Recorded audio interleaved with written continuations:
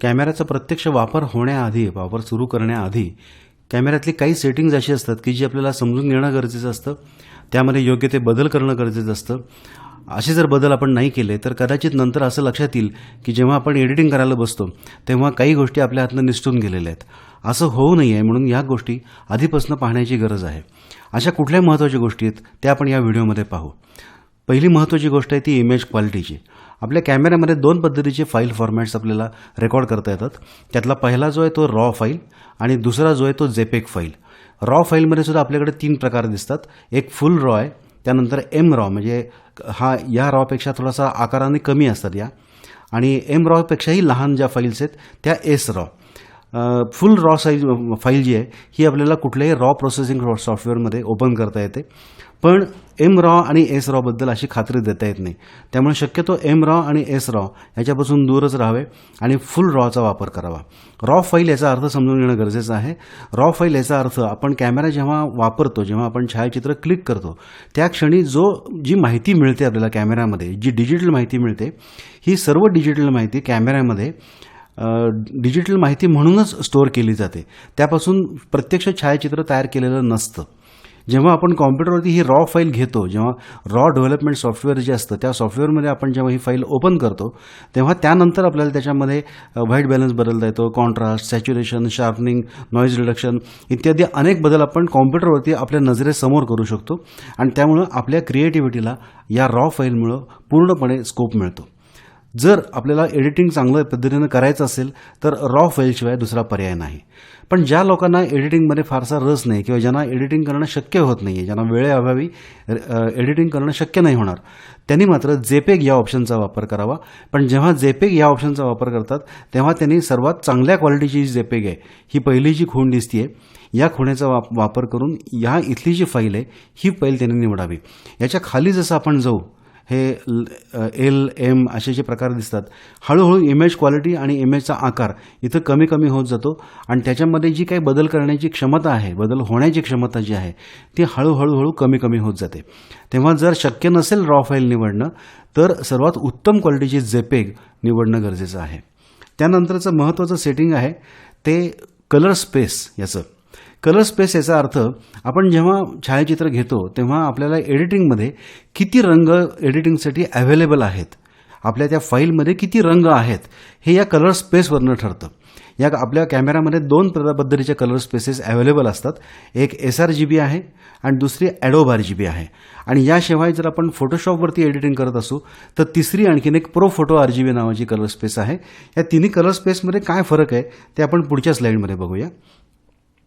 या तिन्ही त्रिकोणांच्या मागे एक जिभेच्या आकाराचा एक भाग दिसतो, जो कमी प्रकाशामध्ये दिसतोय तो. याचा अर्थ असा आहे की हा सगळ्यात मागचा जो आकार आहे त्याच्यामध्ये जेवढे रंग आहेत इतके रंग आपल्याला माणसाची नजर जी आहे ती पाहू शकते. पण कॅमेरा किंवा तुमचा मॉनिटर कॉम्प्युटरचा जो आहे ज्याच्यावर तुम्ही एडिटिंग करता त्याच्यामध्ये इतके रंग दाखवण्याची क्षमता असतेच असं नाही. या दृश्य जी रेंज आहे प्रकाशाच्या रंगांची त्यापेक्षा थोडीशी कमी, काही भागामध्ये जास्त, या कोपऱ्यामध्ये किंवा या भागामध्ये जास्त इतके रंग आपल्याला प्रो फोटो RGB हा जो फोटोशॉपमध्ये आपल्याला मिळणारा जो फॉर्मॅट आहे त्याच्यामध्ये इतके रंग मिळू शकतात. तेव्हा जेव्हा रॉ फाईल आपण ओपन करतो फोटोशॉपवरती तेव्हा शक्यतो सुरुवातीला प्रो फोटो RGB हा ऑप्शन जर निवडला तर आपल्याला सर्वात जास्त रंग आपल्याला कामासाठी मिळू शकतात. दुसरा ऑप्शन जो आहे तो Adobe RGB. मगाची आपण जे कॅमेरामधले जे सेटिंग्स बघितली त्यातलं एक सेटिंग होतं Adobe RGB. हा जो आतला त्रिकोण दिसतोय या त्रिकोणाच्या आत जे रंग आहेत इतके रंग आपल्याला Adobe RGB मध्ये मिळू शकतात. हे रंगांचं प्रमाण या प्रो फोटो RGB पेक्षा थोडंसं कदाचित कमी असेल, पण तरी आपण नेहमी जे वापर करतो त्याच्यापेक्षा हे खूप जास्त रंग आहेत. इथे एक लक्षात घेण्याची गरज आहे, Adobe RGB मध्ये आपल्या कल्पकतेला जरी पूर्ण वाव मिळत असला तरी याचे एडिटिंग जे आहे हे काही वेळेला सोपं जात नाही.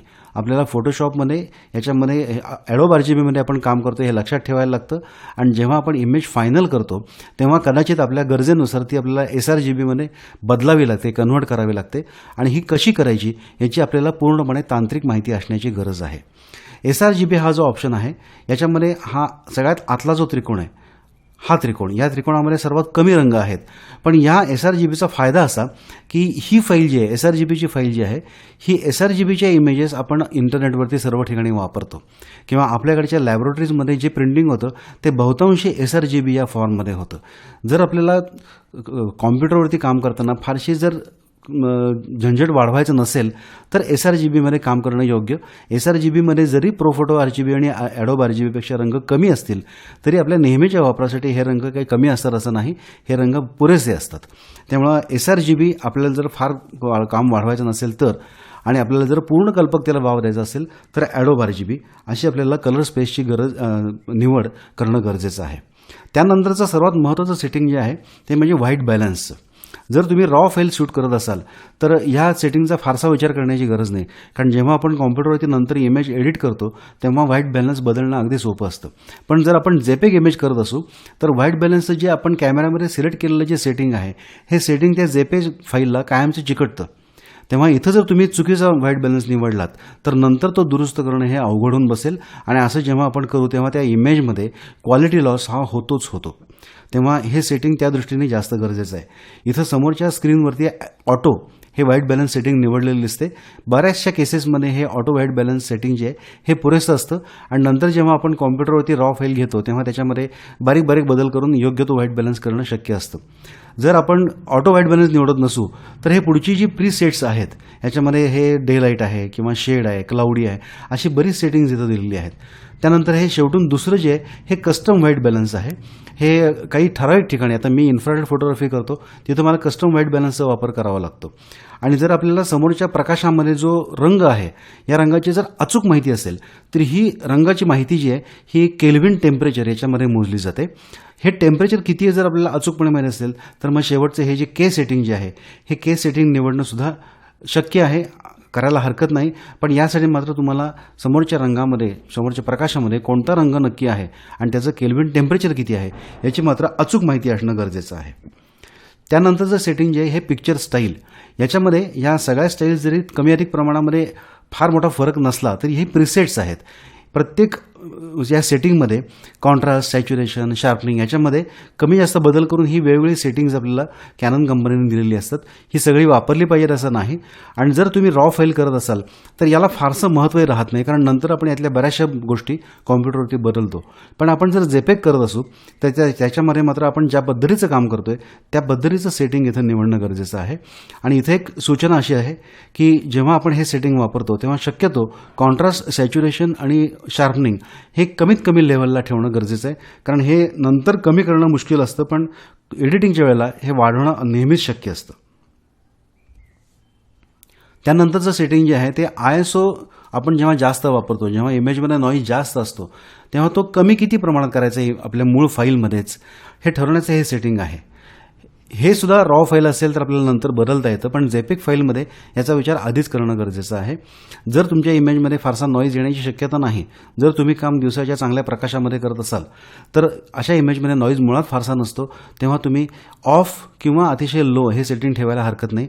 पण जेव्हा कमी प्रकाशात काम करता किंवा जेव्हा लॉंग एक्सपोजर असतं, जिथं नॉईज जास्त येण्याची शक्यता असते, अशा ठिकाणी मात्र पुढच्या सेटिंगचा आपल्याला विचार करणं गरजेचं आहे.